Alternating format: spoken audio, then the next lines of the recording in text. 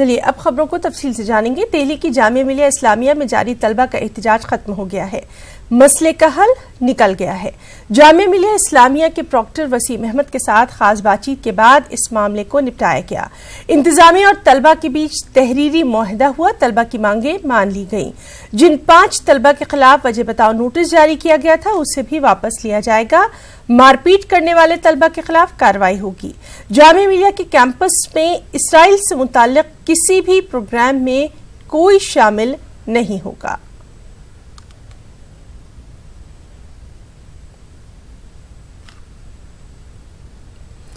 RSS ने NRC को पूरे मुल्क में लागू करने की मांग की है। पटना में राष्ट्रीय सुरक्षा जागरण मंच के एक प्रोग्राम में इंद्रीश कुमार ने कहा कि बिहार से एनआरसी के लिए आंदोलन की शुरुआत होनी चाहिए। पटना में इंद्रीश कुमार ने कहा कि एनआरसी की मुखालफत करने वाले मुल्क के गद्दार हैं। बिहार ने एक नई मूवमेंट को लीड करना चाहिए। NRC for all, rest of को सिक्योरिटी है कि उनकी देखभाल होगी। 66 लाख बिहारी मुसलमान विदेशी मुसलमानों के कारण बेरोजगारी में हैं। किस खुशी में है साहब? शर्म नहीं आती अपने आप को बिहारी अल्तमश कहलाते हुए? अपनी बर्बादी पाल ली और विदेशी को रोजगार दिलवा दिया। नियंत्रण के लिए सरकार ने कानून बनाना चाहिए।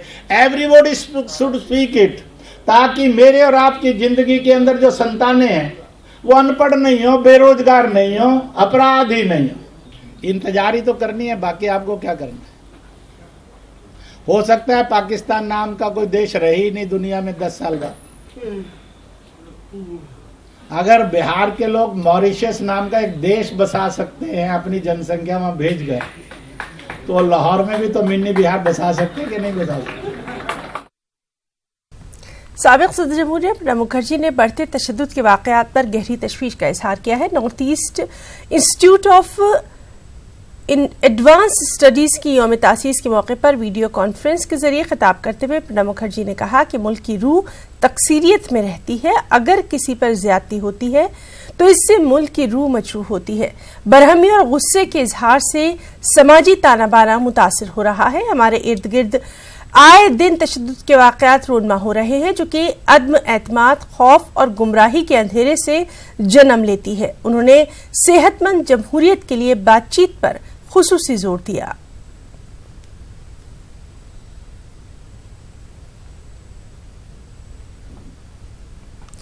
बंगाल के मदारिस में असातिज़ा की कमी से तलबा की तालीम मुतासिर हो रही है। गुज़िश्ता 7 वर्षों से रियासत के मदारिस में कोई बहाली तक नहीं की गई है। मदरसा सर्विस कमीशन को गैर कानूनी करार दिए जाने के कोलकाता हाई कोर्ट के फैसले के बाद हुकूमत ने इस फैसले को सुप्रीम कोर्ट में चैलेंज किया है। असतिज़ा समिति ने तकर्री के मुतालबे पर हुकूमत को मेमोरेंडम भेजने का फैसला किया है। वहीं वजीर मदरसा तालीम क़यासुद्दीन मुल्ला ने तालीम में गिरावट के इल्जाम को मुस्तरद कर दिया। सबसे पहला दावी है जी, हमारा जितना मदरसा है मगरबी बंगाल में, वेस्ट बंगाल में, उनका टीचर अभी तक सुप्रीम कोर्ट में एक केस चलने की वजह से बंद हो रहा है, जिसकी वजह से ज़्यादा सा मदरसा में टीचर की ज़्यादा अभाव रहने से उनका शिक्षा बहुत खराबी होने जा रहा है। तो इस गवर्नमेंट कॉन्ट्रैक्ट बेसिस से अगर हमारी मदरसा में टीचर नियोग कर दिया जाए तो हमारे मदरसा का जो अभी जो मेन प्रॉब्लम होता है वो थोड़ा सा भी संभाल ले सकते हैं हम। 472 কোটি টাকা ছিল সিপিএম আমলে, 8 বছর আগে 472 কোটি টাকা। আমাদের বর্তমানে বাজেট কত? 36,000 কোটি টাকার মতো। তাহলে আমাদের তো কত গুণ বেড়েছে, আমাদের কত ডিমান্ড। আমাদের সব প্রকল্পের মধ্যে সংখ্যালঘু প্রকল্পের টাকা দিচ্ছি। রাস্তা বলুন, ঘাট বলুন, বিদ্যুৎ বলুন, হোস্টেল বলুন, পড়াশোনা বলুন, একটা পয়সা লাগছে না। এখন মাদ্রাসা আগে বর্ডারে মালদা, মুর্শিদাবাদ দেখবেন সবচেয়ে ফার্স্ট হচ্ছে, ফার্স্ট থেকে সেকেন্ড, থার্ড, 1 থেকে 20 সিরিয়ালের মধ্যে আমাদের মাদ্রাসাগুলো হচ্ছে। আপনি মাদ্রাসা দেখে আসবেন, মাদ্রাসা অনেক উন্নত হয়ে গেছে। জেল স্কুল, মাদ্রাসা স্কুল একই রকম চলছে। दिल्ली में केजरीवाल हुकूमत के जरिए चलाई गई बिजली सब्सिडी स्कीम को लेकर सियासत गरमा रही है। बीजेपी और आम आदमी पार्टी में इस स्कीम को लेकर बयानबाजी शुरू हो गई है। दरअसल दिल्ली में कोई भी सारिफ अगर 200 यूनिट तक बिजली खर्च करता है तो उसका बिल जीरो आता है। अब यही बात सियासत की नजर होती दिख रही है। एक रिपोर्ट।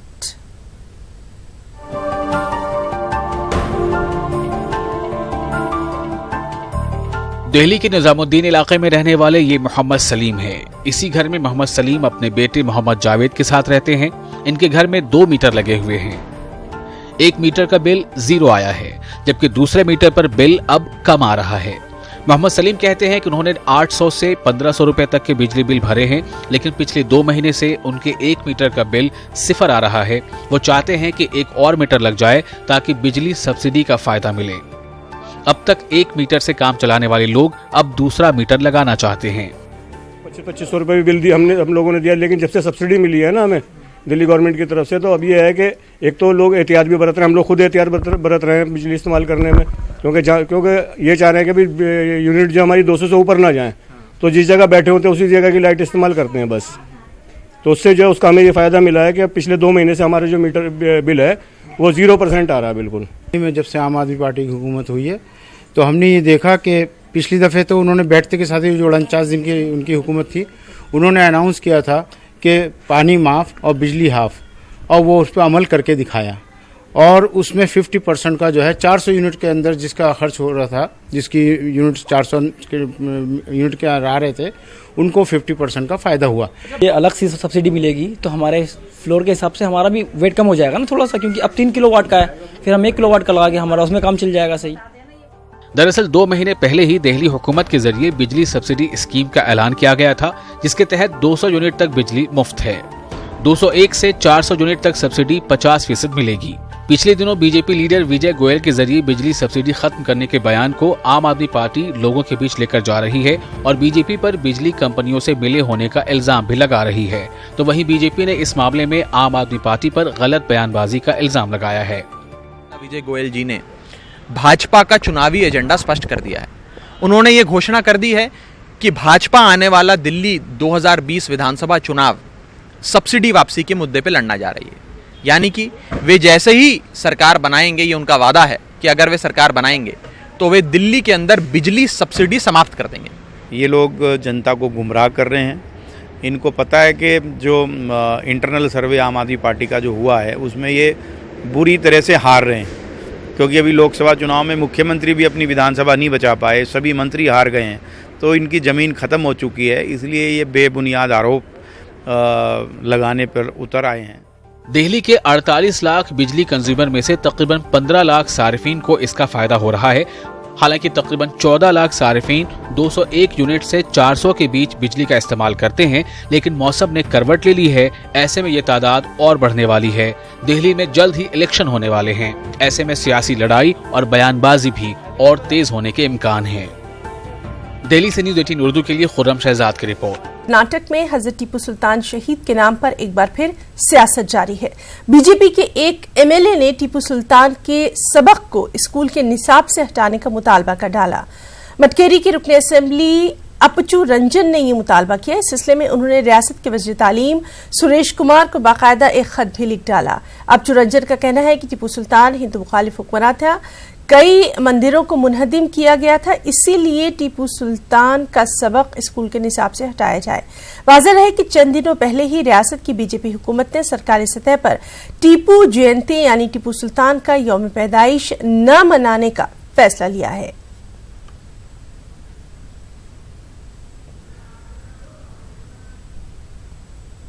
खबर औरंगाबाद से है, जहां खिदमत हुज्जाज कमेटी की जानिब से हज 2020 के ऑनलाइन हज दरख्वास्त फॉर्म भरने का सिलसिला जारी है। अब तक 600 ऑनलाइन फॉर्म भरे जा चुके हैं। कमेटी के जिम्मेदारों का कहना है कि आज़मीन की सहूलत के लिए तमाम तर इंतजामात एक ही छत के नीचे किए गए हैं। ऑनलाइन हज दरख्वास्त फॉर्म भरने की आखिरी तारीख 10 नवंबर है। फरीज़ा हज अदा करने के ख्वाहिशमंद अफराद मुकर्ररा तारीख से पहले जूना बाजार पटेल आर्केड में वाक़ हज कमेटी के दफ्तर से रुजू कर सकते हैं। वाज़ेह है कि पिछले साल औरंगाबाद शहर से 1200 आज़मीन ने फरीज़ा हज अदा किया था। हज कमेटी हाजियों की खिदमत करती है और फी सबीलिल्लाह, और हम लोग ने अभी तक 10 अक्टूबर से आज तक के मतलब गुज़िश्ता कल तक जो है तो 600 से ज़ायद फॉर्म भर चुके हैं और वो पूरे ऑनलाइन भरे हैं। और ये फॉर्म के लिए जो है तो जो हाजियों को दस्तावेज लाना पड़ता है उसमें जो है तो एक पासपोर्ट, ओरिजिनल पासपोर्ट स्कैन करने के लिए और उनके साथ में 3.5 बाय 3.5 की वाइट बैकग्राउंड की फ़ोटो और एक पासबुक जो अपने IFSC कोड वाला बैंक हो और उसके बाद में जो है तो एक आपकी जो है तो ब्लड ग्रुप, ये 4 चीज़ों मुहैया होना चाहिए। उसमें हम लोग ऑनलाइन वो फॉर्म भरते हैं। इल्म के मैदान के साथ साथ खेल के मैदान में भी दीनी मदारिस के तलबा अपने जौहर खूब बिखेर रहे हैं। बेंगलुरु में पहली मर्तबा दीनी मदारिस के दरमियान खेलों के मुकाबलों का इनेकाद किया गया। हम आपको दिखाते हैं बेंगलुरु से हमारी ये खास रिपोर्ट।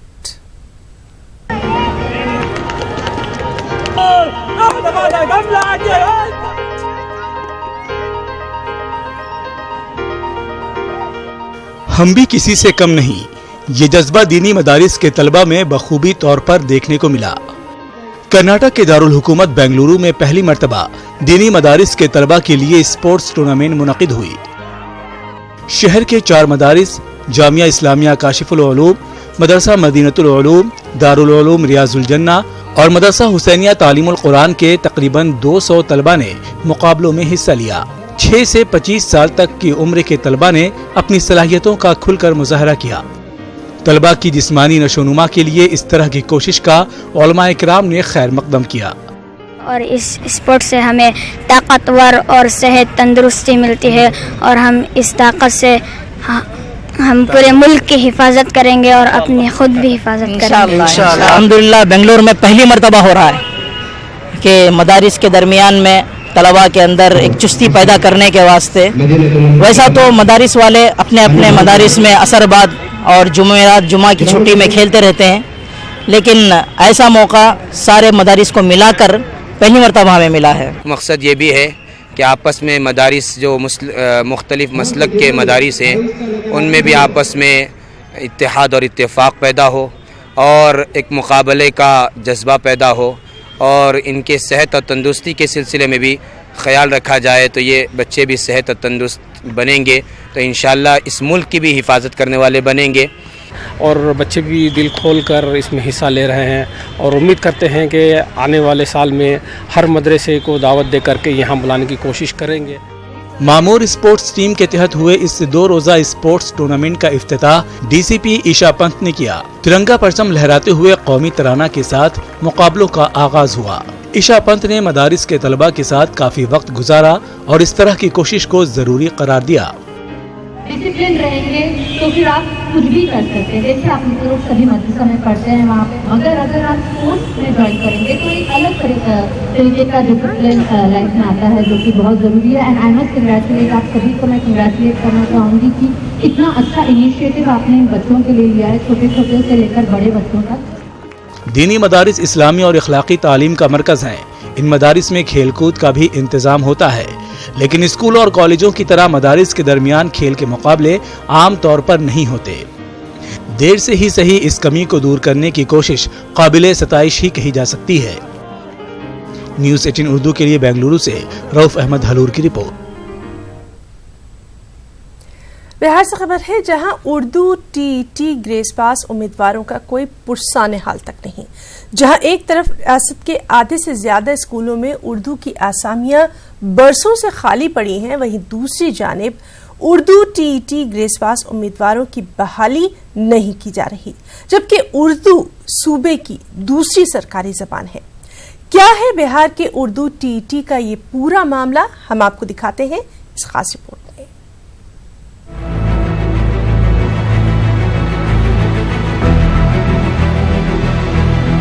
उर्दू बिहार की दूसरी सरकारी जुबान है और सूबे के तमाम स्कूलों में उर्दू के टीचर का पोस्ट मंजूर है। 2012 में नीतीश हुकूमत ने 27,000 उर्दू टीचरों को बहाल करने का ऐलान किया था। 2013 में इसके लिए उर्दू बंगला स्पेशल टीईटी का इम्तिहान मुनक्किद किया गया, जिसमें हजारों तलबा ने शिरकत की। 2014 में इसका रिजल्ट जारी हुआ, जिसमें 15,310 तलबा कामयाब हुए। टीईटी के इम्तिहान में 13 सवालात गलत पूछे गए थे। इस पर काफी हंगामा हुआ और बिहार स्कूल एग्जामिनेशन बोर्ड ने 2014 में ग्रेस देकर दोबारा रिजल्ट जारी किया, जिसमें 26,500 तलबा कामयाब हुए।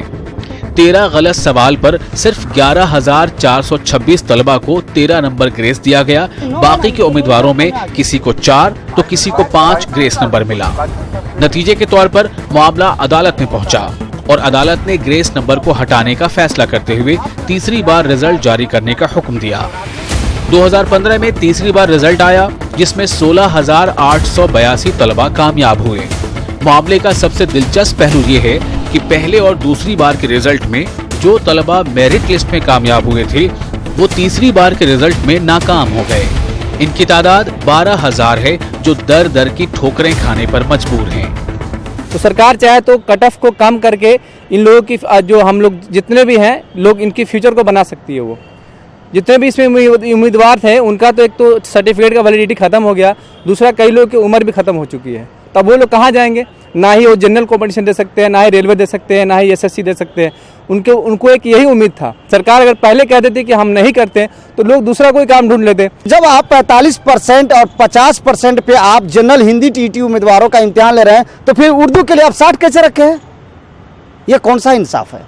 हम माननीय मुख्यमंत्री नीतीश कुमार जी से हम कहना चाहते हैं कि बराए मेहरबानी हमारी रिजल्ट को आप आउट करें इसी में, नहीं तो हम 13 तारीख को पूरे बिहार के उम्मीदवार पटना की धरती पे हम आत्मदाह करेंगे, क्योंकि मुझे अब दुनिया में रह के कुछ मिलने वाला नहीं। हम शर्म के मारे हम लोग मर रहे हैं। हुकूमत ने तीसरी बार के रिजल्ट में कामयाब उम्मीदवारों को बहाल किया। 12,000 उम्मीदवार इस इंतजार में थे कि इनकी भी बहाली होगी, लेकिन स्कूल एग्जामिनेशन बोर्ड के गलत सवालात ने इनकी जिंदगी बदल डाली। 7 साल इंतजार करने के बाद भी हुकूमत ने इनके मुतालिबात पर गौर नहीं किया। 2011 में टीईटी के मामले पर हुकूमत सुप्रीम कोर्ट गई। अदालत उज़्मा ने हुकूमत को खुद इस मसले पर गौर करने का हुक्म दिया। बिहार के महकमे तालीम ने 7 फरवरी 2019 को मरकजी हुकूमत के महकमे HRD को खत लिखा। RTI कानून 2009 के दफा 23(2) के मुताबिक कट ऑफ लिस्ट में 5% की छूट देने की इजाजत मांगी गई। वहां से भी उर्दू टीईटी के उम्मीदवारों को इंतजार के सिवा कुछ नहीं मिला। सचमुच आप चाहते हैं कि बिहार के स्कूलों में उर्दू की पढ़ाई हो, चूँकि सारे स्कूलों में लगभग 50% उर्दू के टीचर ही नहीं है। ऐसे माहौल में अगर इस तरह से छाटा छूटी किया जाए तो पास उम्मीदवार को भी फेल कर दिया जाए, फेल को पास किया जाए, आगे का पीछे ऊपर का नीचे करते रहेंगे आप, तो मुझे नहीं लगता है कि बिहार के स्कूलों में उर्दू पढ़ाने वाले शिक्षक भी मिल पाए।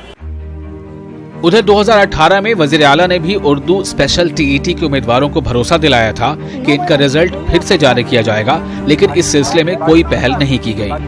उम्मीदवारों की नौकरी की उम्र खत्म हो रही है। अब टीईटी संघ ने 13 नवंबर को पटना में खुदसूजी करने की धमकी दी है।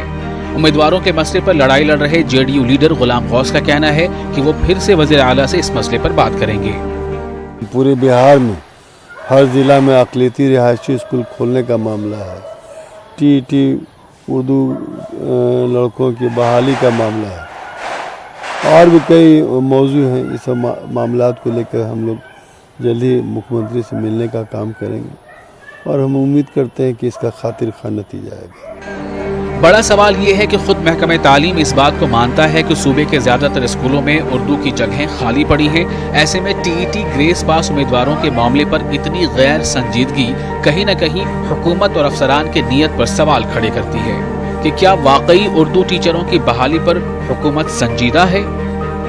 न्यूज़ 18 उर्दू के लिए पटना से महफूज आलम की रिपोर्ट। सरकारी फंड में सेंध लगाना और उन्हें जारी न किया जाना कोई नई बात नहीं है, लेकिन यूपी हुकूमत ने मुसलमानों और ईसाइयों के कब्रिस्तानों की देखभाल और मरम्मत के लिए फंड के नाम पर 1 रुपया तक जारी नहीं किया। अक़लियती तबके के जिम्मेदारान वजीर से लेकर ऑफिसर्स तक से इस सिलसिले में रुजू किया गया, ताहम अभी तक इस ज़िम्मे में कोई पेशरफ्त की ही नहीं गई, जबकि साबिका दौरे हुकूमत में यूपी हुकूमत की तरफ से करोड़ों रुपए का फंड जारी किया गया था। कानपुर की अगर बात की जाए तो शहर में 100 से ज्यादा कब्रिस्तानों की देखभाल और मरम्मत की सख्त जरूरत है। कानपुर में ईसाई बिरादरी ने बहुत जोर शोर के साथ ये मसला उठाया भी, जिसके लिए एक बड़े प्रोग्राम के इनेकाद का भी फैसला किया गया। ये सरकार कुछ नहीं करेगी, ना जिंदाओं के लिए कुछ कर रही है, ना मुर्दों के लिए कुछ कर रही है। आप तो गवाह हैं, आप खुद देख लीजिए, आज 2.5 साल पूरे हो चुके हैं। किसी भी कब्रिस्तान या शमशान घाट में पैसा कोई आया हो, या इनकी सरकार का कोई भी आप कह सकते हो जनप्रतिनिधि या खुद डीएम या अधिकारी कोई दौरा कराओ। जब हमने खुद पास्टर डायमंड यूसुफ, मैं जब अपनी कम्युनिटी के विकास के लिए, चाहे वो चर्चेज हों, चाहे ये ग्रेवी यार्ड हो, कब्रिस्तान हो, हम नगर निगम से मिले, हम आला अधिकारियों से मिले, हम मंत्रियों से मिले, और उन्होंने भी वायदे करे कि हम ये करेंगे, लेकिन अफसोस की बात है कि आज तक वो एक भी वायदे पूरे नहीं हुए। क्योंकि सरकार इसी बात पर आई कि सबका विकास, सबका साथ सबका विकास, तो हम चाहते हैं कि ये सरकार इस पर ध्यान दे। उन्हें बतलाया जाता है कि अभी कोई इस तरह का मद हमारे पास नहीं है, जब आएगा तो फिर आपका कंसीडर किया जाएगा जो भी प्रार्थना पत्र। करबला के मैदान में अपनी जानों का नजराना पेश करने वालों शहीदों के जिक्र से आज भी आंखें नम हो जाती हैं। करबला के 72 शहीदों की जानिसारी की दास्तान आवाम के सामने पेश करने का सिलसिला इलाहाबाद में कदीम अरसे से जारी व सारी है। यहां से निकलने वाले 72 ताबूत के जुलूस में हजारों अकीदतमंदों के साथ साथ मुल्क और बैरून मुल्क की दर्जनों मातमी अंजुमनें भी अपनी अकीदत का नजराना पेश करती हैं। आप देखिए हमारी ये खास रिपोर्ट। मुझे इजाजत दें, आदाब।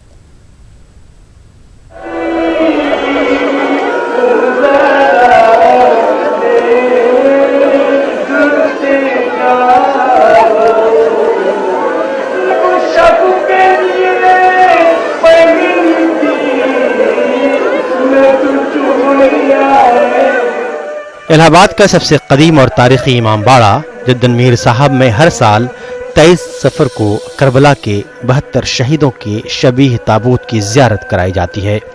72 ताबूत के जुलूस में मुल्क और बैरून मुल्क की मातमी अंजुमनों के अलावा मुख्तलिफ मज़ाहिब के अफराद बड़ी अक़ीदत के साथ शिरकत करते हैं।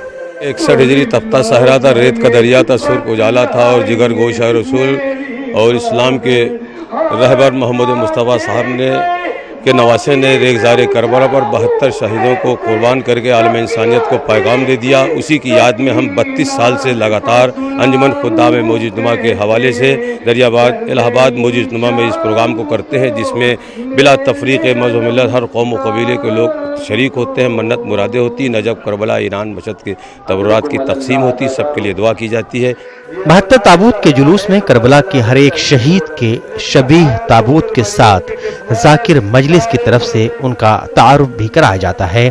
इस तरह करबला के हर एक शहीद की कुर्बानी की दास्तान आज़ादारों के सामने बड़े ही पुरसोज अंदाज में बयान की जाती है। जुलूस में शामिल होने वाले नौहाखां और मातमी अंजुम ने भी अपने अपने तरीके से बारगाह शहादत में अपनी अकीदत का इजहार करती हैं।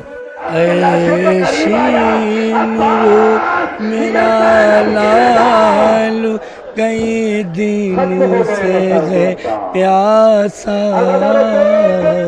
पानी तो पिला दे, दूध भूखा न कर देख, नहीं पाएगी ज़हरा,